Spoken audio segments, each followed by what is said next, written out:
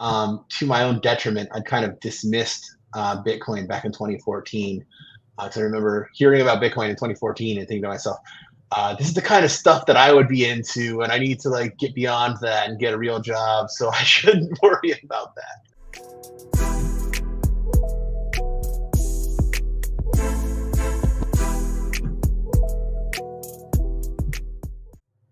What's going on? It's the mainstream. We're back. I'm so excited to be here. I hope you're here. We got a great show. We got none other than head of operations with us at Zengate Global. Theo, how are you today? I'm doing great. I'm so happy to be back on the mainstream. It's been a few shows that I've missed. We're I glad we're was back together again. I was observing the whole show from the outside, and I'm just so happy that you guys were kind enough to invite me back. I'm glad to have you back. You see And how I throw everything back to you like it's I your know, fault. like, It's great to be here. I'm very excited for this one, and I'm really excited to talk to Adam as well. yeah, it's going to be a great show. So, we're going to be talking about a variety of things, right? We're going to touch on everything, mostly DAOs, you know, decentralized autonomous organizations. We have a lot of information to touch on that. We're going to talk about Summon platform. We're going to probably touch on based on the RNC and the DNC here in the United States. Adam's been all over the place doing all kinds of amazing things, both inside the Cardano ecosystem and just in crypto and blockchain in general and Web3. Adam, how are you, sir? Hey, Brian, Theo, doing great. Good, great to be here with you guys. We've talked a lot, me and you, right? We've had many interviews together, but I think this is the first time that we've been on video together. So it's a little different, right? Yeah, a bit different.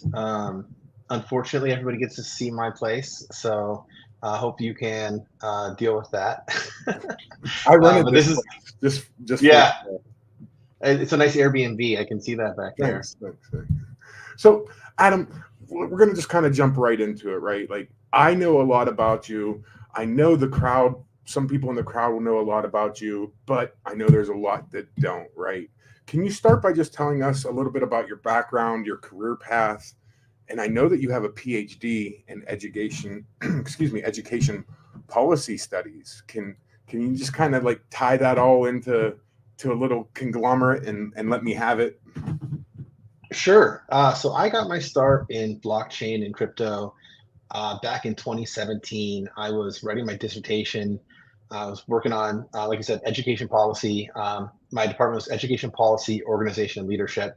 I was specifically in the learning technologies area, doing my dissertation on learning management systems. So, Blackboard, Canvas, how students, get their course materials.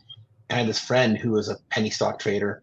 He started talking about crypto stuff, and he's like, "Dude, you got to check out this crypto stuff. It's so hot right now. You can do this on the side while you're writing your dissertation." And I was, oh, I need to procrastinate from writing, so I decided to check it out. And to my own detriment, I kind of dismissed Bitcoin back in 2014. So I remember hearing about Bitcoin in 2014 and thinking to myself, this is the kind of stuff that I would be into, and I need to like get beyond that and get a real job. So I shouldn't worry about that. But I started looking into various blockchains and got some Bitcoin, got some Ethereum. I discovered Charles Hoskinson's video, "The Future Will Be Decentralized," and thought, oh, I got to check out this Cardano stuff. This is pretty cool. And researching this, and I saw the entire market crash, and it was just like it blew my mind that within a couple months, the entire valuation of the stuff would crash. And my buddy told me, there's this crypto stuff, there's not really anything to it anymore. I'm going back to penny stocks.